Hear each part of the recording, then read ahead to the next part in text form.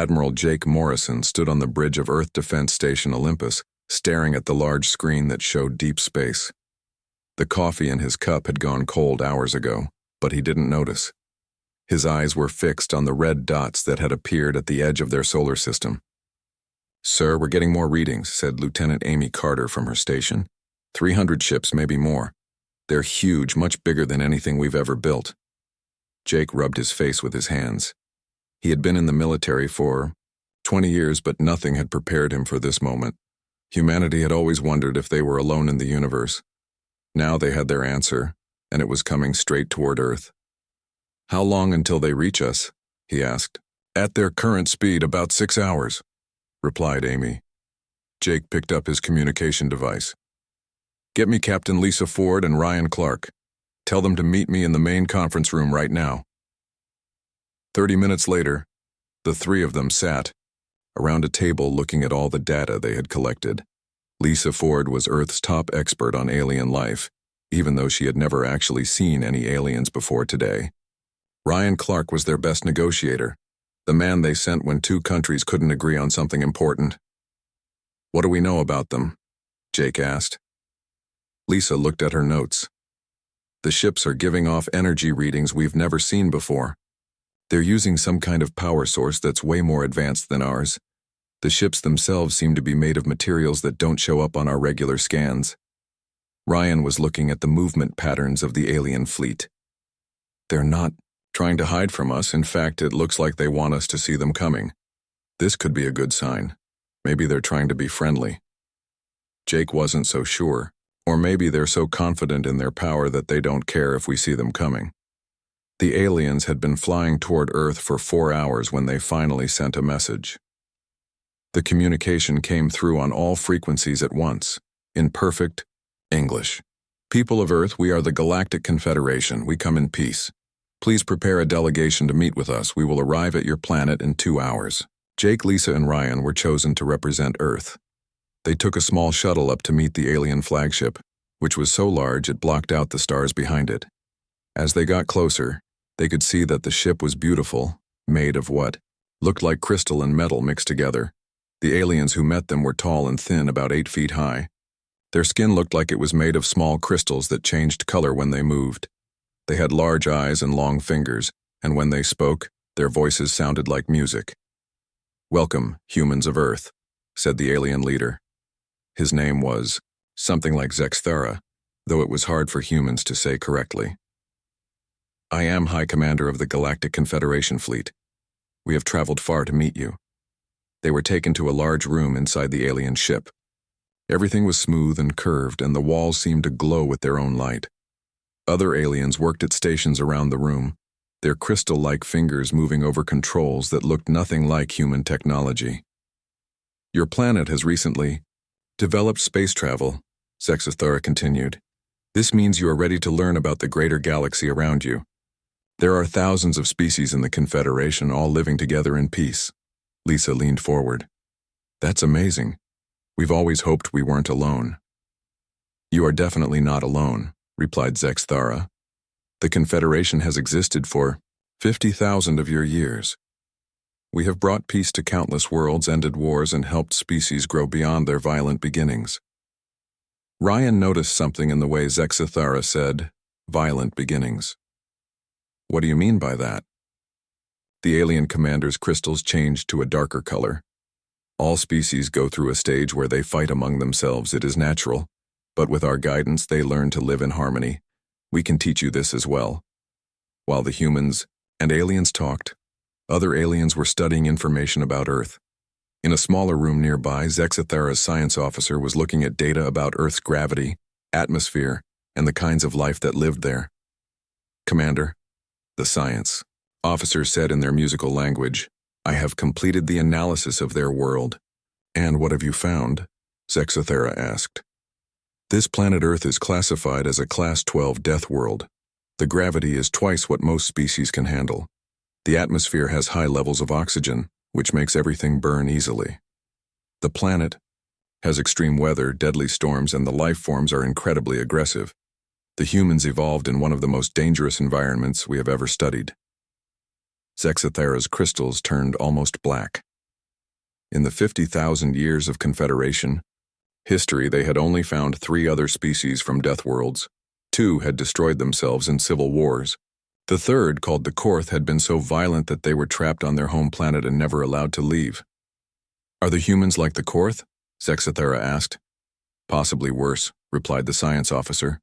"Earth has produced species that hunt in packs, that can track prey for days without stopping, and that fight to the death even when they have no chance of winning. The humans show all the signs of being persistent predators. They evolved to never give up no matter how long it takes." Back in the main meeting room, Ryan was asking about the terms of joining the Confederation. "What would be expected of Earth if we joined?" "It is very simple," Zexathera said, his crystals now a calm blue color. "You would accept Confederation guidance in all matters of government and military affairs. We would provide you with advanced technology and protection from any threats. In return, you would follow Confederation law and accept our representatives as your leaders." The 3 humans looked at each other. This didn't sound like an invitation to join something. It sounded like they were being told to surrender. "What if we prefer to govern ourselves?" Jake asked carefully. Zexthera's crystals flickered between colors. No species had ever asked that question before. In 50,000 years, every world had been grateful to accept Confederation protection and guidance. "I do not understand," Zexathera said. "All species benefit from Confederation leadership. Why would you want to continue making your own decisions when we can make better ones for you?" Lisa tried to explain. "Humans value independence. We like to solve our own problems and make our own choices, even if we make mistakes sometimes." The alien commander was quiet for a long moment. Finally, he spoke. "We will give you time to consider our offer. You have 72 of your hours to decide. But understand this: the Confederation brings order to the galaxy. Species that refuse our guidance often cause problems for themselves and others. We cannot allow that to happen." As the humans returned to their shuttle, they all felt the same thing. This wasn't really a choice at all. The aliens were giving them an ultimatum: join the Confederation as a subject species, or face the consequences. Jake looked back at the massive alien fleet surrounding Earth. 300 advanced warships against humanity's small collection of mining vessels, research ships, and defense platforms. On paper, it looked hopeless. But Jake Morrison had grown up on Earth, a world where everything tried to kill you, and only the smart and tough survived. He had a feeling these aliens had no idea what they were really dealing with. The war for Earth's independence was about to begin. Dr. Amy Carter sat in the small research room aboard the alien flagship, surrounded by strange glowing screens that showed information about the Galactic Confederation. The aliens had been happy to share their history with her, proud of their 50,000 years of peace and order across the galaxy. But something was bothering Amy. The more she read, the more the story didn't add up. She was looking at records of how different species had joined the Confederation. According to the official history, every single species had gladly accepted Confederation leadership after seeing the benefits of galactic civilization. Every single one, without exception, over 50,000 years. Amy had studied human history her whole life. She knew that humans could barely agree on what to have for lunch, let alone major political decisions. The idea that thousands of different alien species had all made the same choice seemed impossible. She dug deeper into the records, using the translation device the aliens had given her. Most of the files were exactly what she expected: boring. Government documents about trade agreements and peace treaties. But hidden in the background of these files, she found something else.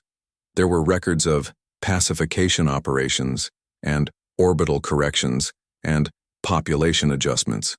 The language was clean and polite, but Amy recognized it. She had seen the same kind of language in human history books when governments wanted to hide ugly truths. One file made her blood run cold. It was about a species called the Yendari who had required additional guidance after they failed to appreciate Confederation benefits. The file showed that the Yendari homeworld had been bombarded from space until the survivors agreed to accept Confederation rule. Amy quickly copied the file to her portable device and kept searching. She found dozens of similar records. Species that had been bombed into submission. Planets where the entire population had been replaced with more cooperative aliens. Worlds that had been stripped of all their resources as punishment for ungrateful behavior. The Galactic Confederation wasn't a peaceful alliance. It was an empire built on fear and violence, hidden behind pretty words and fake smiles. Meanwhile, back on Earth, Colonel Ben Hayes was having his own disturbing discoveries. Ben was the head of Earth's military intelligence, and he had been studying every detail of the alien fleet since they arrived. His team worked in a secret facility buried deep under the Rocky Mountains. With him were Rachel Green, their best technology expert, and Kevin Ross, who specialized in military strategy. They had been analyzing the alien ships for 3 days straight, barely stopping to eat or sleep.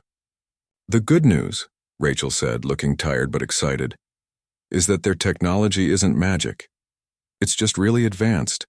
Their energy shields work on principles we understand, and their weapons are basically very powerful plasma cannons. What's the bad news? Ben asked. Kevin pulled up a display showing the alien fleet formation. The bad news is that they're not set up to fight a real war. Look at this. Their ships are spread out in a pattern that looks impressive, but it's terrible for actual combat. They're positioned to look threatening, not to fight effectively. Rachel nodded. And their weapons are designed for fighting other Confederation species. We've been monitoring their communications, and from what we can tell, most Confederation worlds have very light gravity and weak atmospheric pressure. Their people are fragile compared to humans. Ben studied the data. Are you saying they've never fought anyone who could actually fight back? That's exactly what we're saying, Kevin replied. For 50,000 years, they've been bullying species that couldn't resist them. They show up with overwhelming force, make threats, and everyone surrenders. They've never had to fight a real battle. Ben walked over to the window that looked out over the hidden military base. Hundreds of soldiers were training in the courtyard below, practicing combat drills that had been developed over thousands of years of human warfare. These aliens had no idea what they were threatening. On the surface, the diplomatic meetings continued. President Helen Martinez sat across from Zexthara in the White House, with Ryan Clark translating between them. The alien commander was becoming more impatient with each passing hour. Your species is taking too long to make this decision, Zexthara said, his crystal skin flashing red. The choice is simple. Accept our guidance and prosper, or refuse and face the consequences. President Martinez was a small woman, barely 5 feet tall, but she had been in politics for 30 years and wasn't easily intimidated. What consequences are those exactly? Species that refuse Confederation membership often find themselves facing difficulties, pirates, trade problems, natural disasters. The galaxy can be a dangerous place for those without protection, Ryan translated, but he could tell the president understood the real message. The Confederation would create those problems themselves if Earth didn't surrender. We need more time, President Martinez said calmly. This is a big decision for our entire planet. Zexthara's crystals turned dark blue. You have 18 more hours. After that, we will assume you have chosen to remain hostile to galactic peace. After the aliens left, President Martinez called an emergency meeting with her top advisors. Amy Carter had returned from the alien ship with her shocking discoveries, and Colonel Hayes had his military analysis ready. Madam President, Amy said, the Galactic Confederation is not what they claim to be. They're conquerors who destroy anyone who won't submit to them. I have proof of dozens of species they've wiped out or enslaved. Colonel Hayes opened his briefing folder. And their military isn't as strong as they want us to think. They're used to fighting scared civilians, not trained soldiers. Their ships are impressive, but they're not designed for real combat.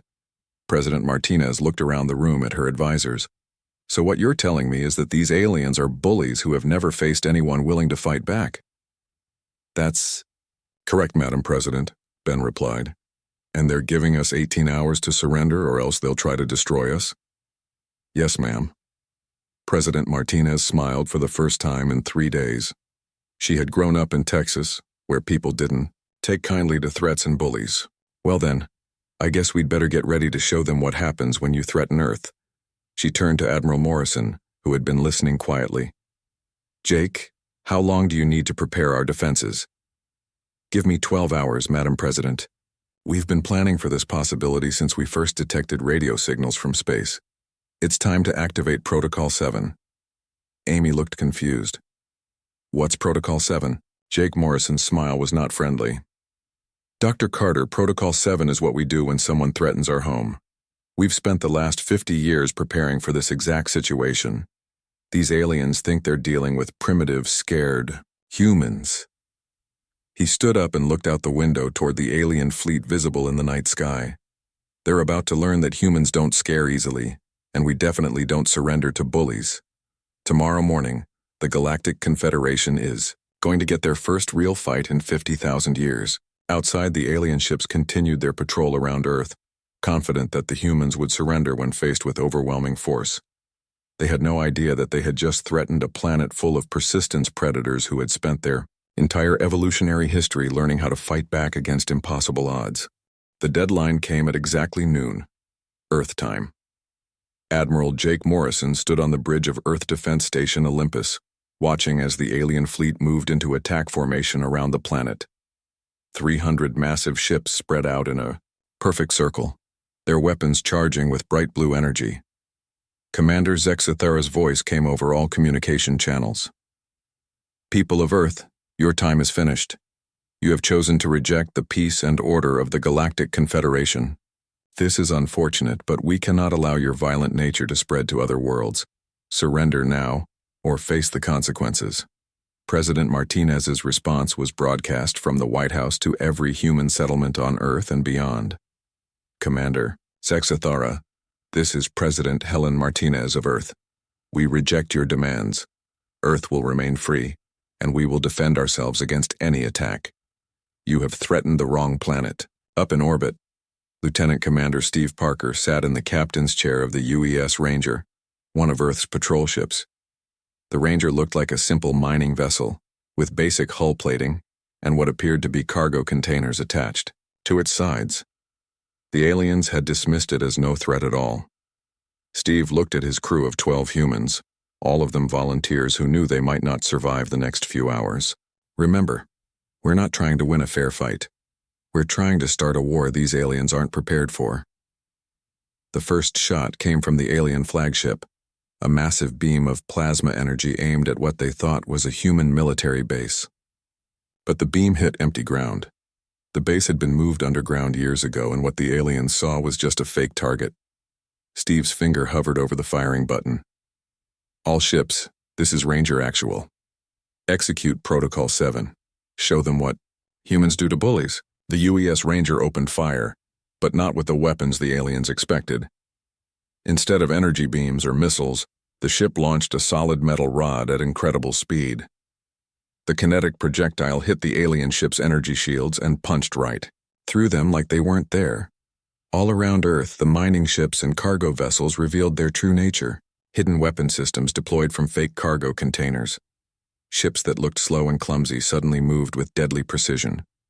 The asteroid belt came alive with automated gun platforms that had been disguised as space rocks for decades. Captain Lisa Ford commanded the UES Darwin, which the aliens had catalogued as a research vessel. In reality, it was humanity's most advanced attack ship, designed to look harmless, while carrying enough firepower to destroy a small moon. Darwin to all units, Lisa spoke into her communication system. These aliens think like prey animals. They expect us to run when they show force. Instead, we're going to do what humans do best. We're going to hunt them. The battle that followed was unlike anything in Galactic Confederation history. The aliens were used to enemies that fought in straight lines, that used energy weapons, and that retreated when they started losing. Humans did none of these things. Commander Zexathara watched in growing horror as his orderly battle plan fell apart. Human ships appeared from impossible angles, using the gravity of planets and moons to slingshot into attack positions. They used solid projectiles that moved too fast for energy shields to stop. Worst of all, when human ships were damaged, they didn't retreat. They became more dangerous. The UES Wolverine, commanded by Captain Gary Miller, took a direct hit that destroyed half the ship. Instead of withdrawing, Miller aimed his crippled vessel at the nearest alien cruiser and rammed it at full speed. The collision destroyed both ships, but it also created a debris field that damaged 3 other alien vessels. "Why don't they retreat when they're losing?" Zexithera asked his science officer. "Commander, I think we made a terrible mistake. These humans don't think like civilized beings, they think like predators. When a predator is wounded, it becomes more dangerous, not less." The aliens tried to adapt, but they were fighting an enemy that had evolved different rules of warfare. Human ships used tactics that made no sense to species that valued individual survival above all else. They sacrificed themselves to protect other ships. They fought harder when they were losing. They never, ever gave up. Lieutenant Amy Carter, now serving as a communications officer on the Darwin, intercepted alien military chatter. "Captain Ford, the aliens are requesting reinforcements. They're calling this an unprecedented military emergency." Lisa smiled grimly. "Good. Let them bring more ships. The more they send, the more we can destroy." The real shock came when human ground forces got involved. Sergeant Alex Cooper led a team of Marines who used small shuttles to board damaged alien ships. The aliens had never experienced close-quarters combat before. Their crystal-like bodies were beautiful but fragile, evolved on low-gravity worlds with peaceful societies. Cooper and his Marines moved through alien ship corridors like wolves in a sheep pen. The aliens had never developed martial arts, never learned how to fight with their hands, never even imagined that warfare could be so personal and brutal. "These humans are insane," an alien soldier reported to his commander. "They fight in the corridors of our ships. They attack us with metal blades and projectile weapons. They show no fear, even when outnumbered." By the end of the first day, the Galactic Confederation fleet had lost 90 ships, nearly a third of their force. They had inflicted damage on the human fleet too, but the humans kept fighting with the same intensity whether they were winning or losing. Commander Zexithara called a meeting of his surviving ship captains. The beautiful crystal beings who had started the day confident in their superiority now showed stress fractures in their skin, a sign of extreme fear in their species. "Report," Zexithara ordered. "Sir, we have lost 30% of our fleet. Human casualties appear to be similar, but they are continuing to fight at full intensity. Our computer models show that if this continues, we will lose the entire fleet within 3 days." Another captain spoke up. "Commander, these humans use weapons we have never seen. They attack from directions we never considered. They employ tactics that our military doctrine says are impossible." Zexithara's crystals flickered between colors as he processed this information. "What do you mean, impossible?" "Sir, they sacrifice individual ships to achieve tactical goals. They ram our vessels with their own, knowing they will die. They board our ships and fight us hand to hand. These are not the actions of civilized beings." The science officer pulled up files on his display. "Commander, I have been studying human military history. For the past 5,000 years, they have been constantly at war with each other. They have developed warfare into an art form. Every tactic we have seen today has been used by humans against other humans for centuries." Zexithara felt something he had never experienced before: genuine fear. "Are you saying that this is not even their full capability?"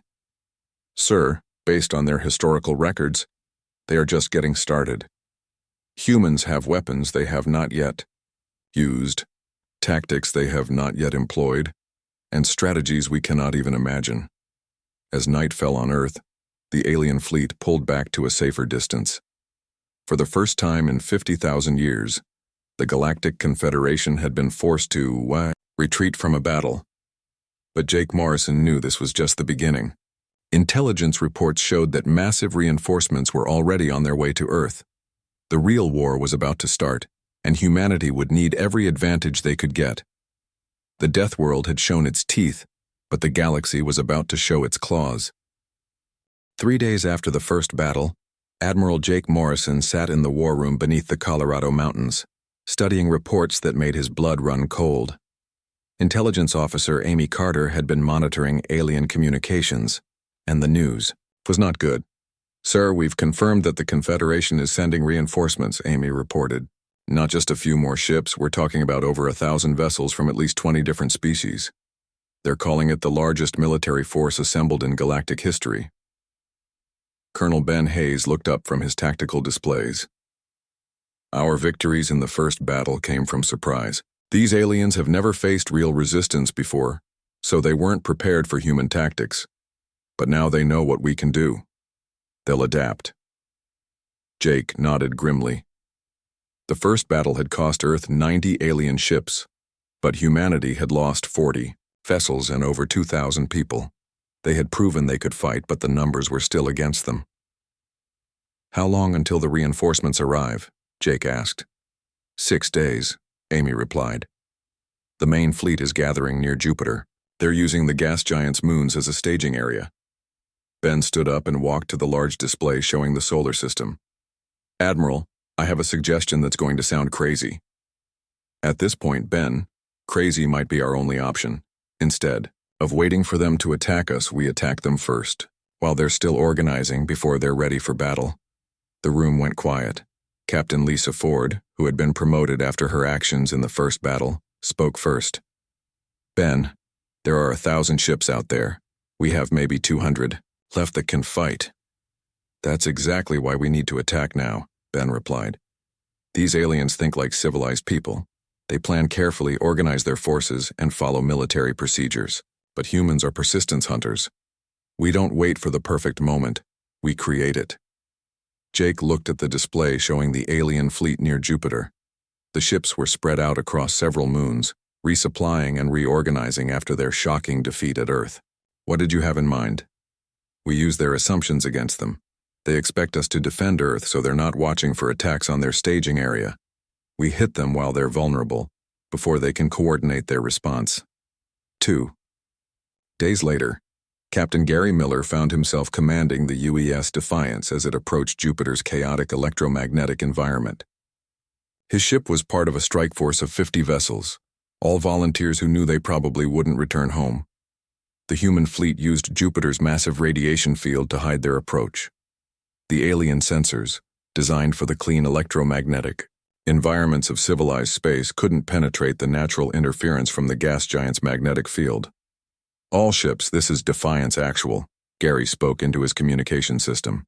Remember, we're not trying to destroy their entire fleet. We're hunting their command ships and supply vessels. Cut off the head, and the body dies. The UES Wolverine, now commanded by Captain Nick Roberts after the original captain died in the first battle, took point position.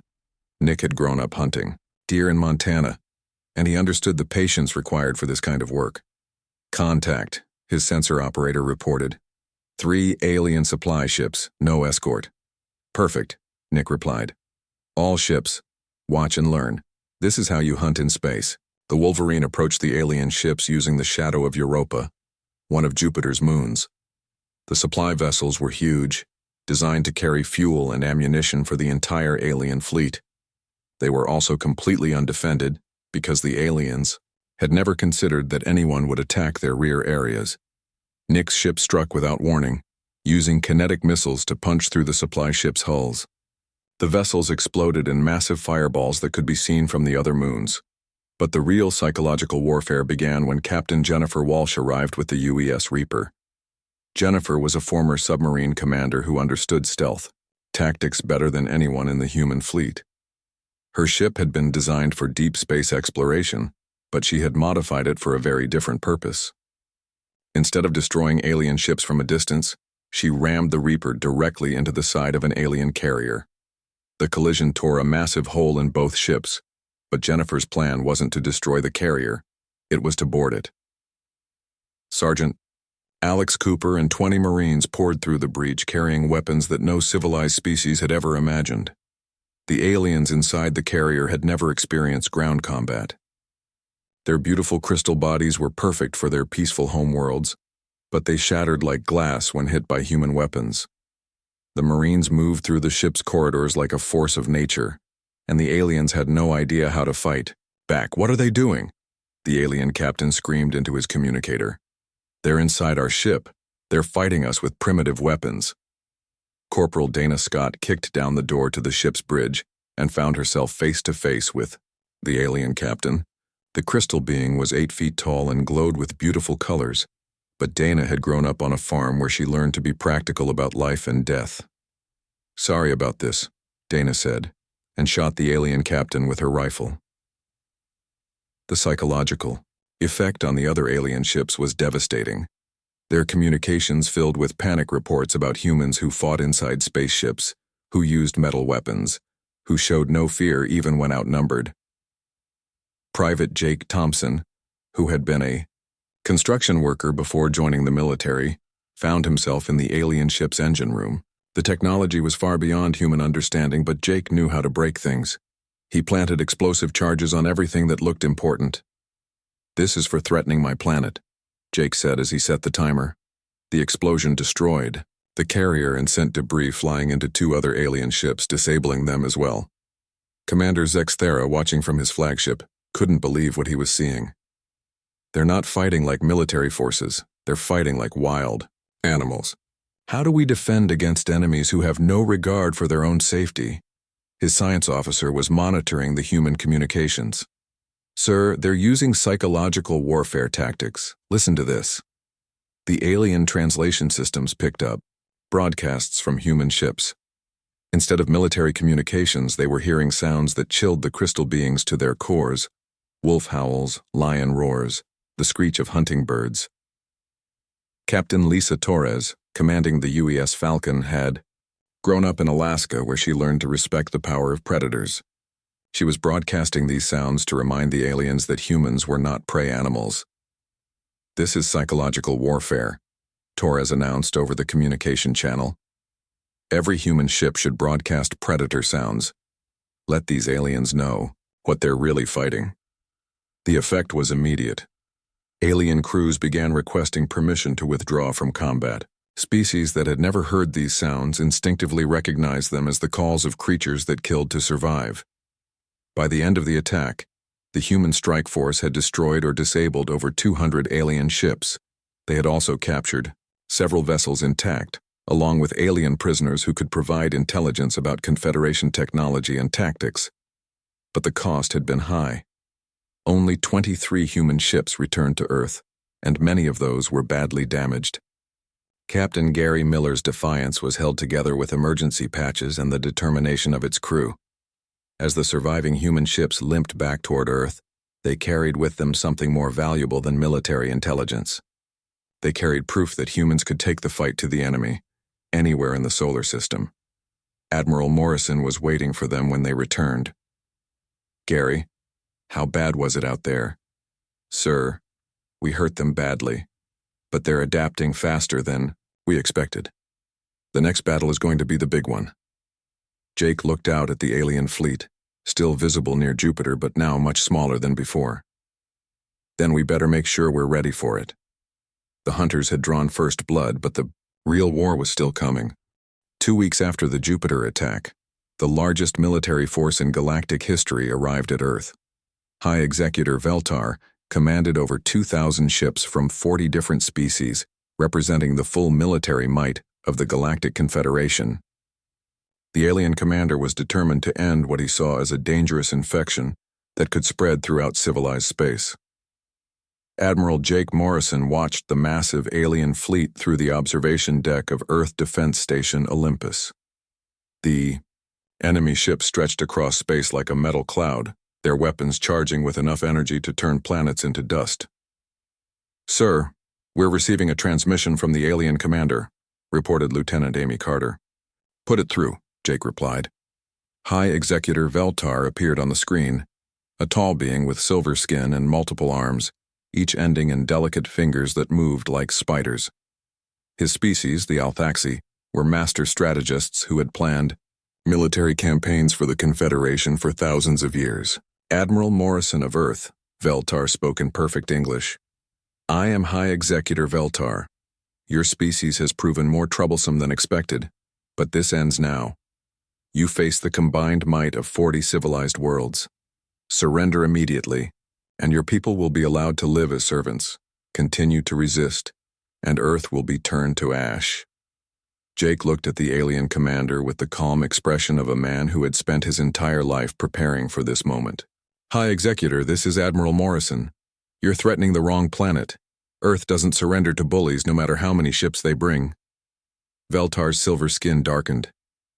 Then you have chosen extinction. So be it. The transmission ended, and Jake turned to address his command staff. President Martinez had given him complete authority to defend Earth, and he intended to use every advantage humanity possessed. Ladies and gentlemen, today we find out if 50 years of preparation was enough.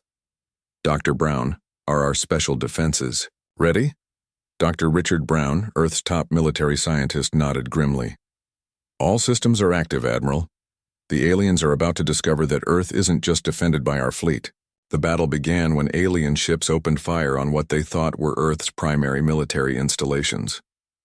Massive energy beams struck targets across the planet's surface, turning mountains into glass and boiling lakes into steam. But the humans had learned from studying alien tactics. Every target the aliens hit was either empty or fake. The real military bases were buried deep underground, or hidden in locations the aliens never suspected. General Patricia Wells, commanding lunar defenses from inside the moon, watched the alien bombardment through her periscope. All lunar batteries prepare to fire. These aliens are about to learn that humans don't just live on Earth. We've weaponized the entire solar system. The moon itself opened fire, revealing weapon systems that had been built into the lunar surface over decades. Massive railguns launched solid projectiles at incredible speeds, punching through alien shields like they were made of paper. At the same time, Admiral Tony Shaw activated the Mars defense grid. The red planet had been converted into humanity's forward command base, bristling with hidden weapons and automated defense systems. Fighter craft launched from secret bases inside Martian canyons, piloted by humans who had trained their entire lives for this battle. But the real surprise came from the asteroid belt. Dr. Brown's team had spent 20 years converting space, rocks into automated weapons platforms. What looked like natural asteroids suddenly came alive with weapons fire, surrounding the alien fleet with a deadly crossfire. The aliens found themselves fighting not just human ships, but an entire solar system that had been turned into a fortress. Every moon, every asteroid, every piece of space debris had been weaponized by a species that viewed the entire universe as a potential battlefield. Captain Lisa Ford, now commanding the redesigned UES Darwin as an assault carrier, led the final push against the alien command ship. Her vessel had been rebuilt as a mobile base for human marines, carrying the best soldiers Earth could produce. All units, this is Darwin Actual, Lisa announced over the communication system. The aliens think they're fighting a primitive species. Time to show them what Deathworlders can really do. Sergeant Alex Cooper and his expanded Marine unit prepared for the most important boarding action in human history. They had studied every alien species in the Confederation fleet, learning their weaknesses and adapting their tactics accordingly. Remember, Cooper told his soldiers, these aliens have never faced real close-quarters combat. They don't know how to fight when you're close enough to touch them. That's our advantage. Corporal Dana Scott checked her weapons one last time. Sarge, what if we don't make it back? Cooper smiled the grim smile of a professional soldier. Then we make sure they remember us. Every human who dies today makes it easier for the ones who come after us. The Darwin rammed through the alien command ship's defenses, its reinforced hull tearing a massive hole in the enemy vessel. Human Marines poured through the breach, fighting their way toward the bridge, where High Executor Veltar made his last stand. The aliens inside the ship had never experienced anything like human ground combat. These crystal and silver beings had evolved on peaceful worlds where conflicts were resolved through negotiation and computer analysis. They had no concept of hand-to-hand fighting, no understanding of the brutal reality of close combat. Private Jake Thompson, carrying explosives to destroy critical ship systems, found himself face-to-face with an alien soldier twice his size. The being had beautiful rainbow-colored skin and moved with elegant grace, but it shattered like glass when Jake hit it with his rifle butt. Sorry, but you threatened my home, Jake said as he planted his explosives. The final confrontation came when Sergeant Cooper kicked down the door to the command bridge. High Executor Veltar stood surrounded by his staff officers, all of them staring at the humans with expressions of complete shock. "This is impossible," Veltar said, his multiple arms trembling. "You are a primitive species. You should not be able to fight us." Cooper looked at the alien commander with the cold eyes of a predator who had cornered his prey. "You made one mistake, alien. You thought being civilized made you strong, but humans learned a long time ago that sometimes you have to fight for what you believe in." The battle ended when High Executor Veltar surrendered his fleet, rather than watch more of his people die in combat they were never designed for. The Galactic Confederation, for the first time in 50,000 years, had been completely defeated. But Admiral Morrison surprised everyone with his response to victory. Instead of demanding the aliens surrender or seeking revenge for their threats, he offered something the galaxy had never seen before. "High Executor," Morrison said during the surrender ceremony, "humanity doesn't want to conquer the galaxy. We want to explore it, protect it, and help build something better than your Confederation ever was." A year later, Captain Gary Miller stood on the bridge of the UES Liberty, humanity's first deep space exploration vessel. His mission wasn't conquest but discovery, seeking out new worlds and new species that could benefit from human protection rather than human domination. The galaxy had learned that Deathworlders weren't monsters to be feared or contained. They were protectors, explorers, and builders who could face any challenge the universe might offer. And for the first time in 50,000 years, the galaxy looked toward the future with hope instead of fear.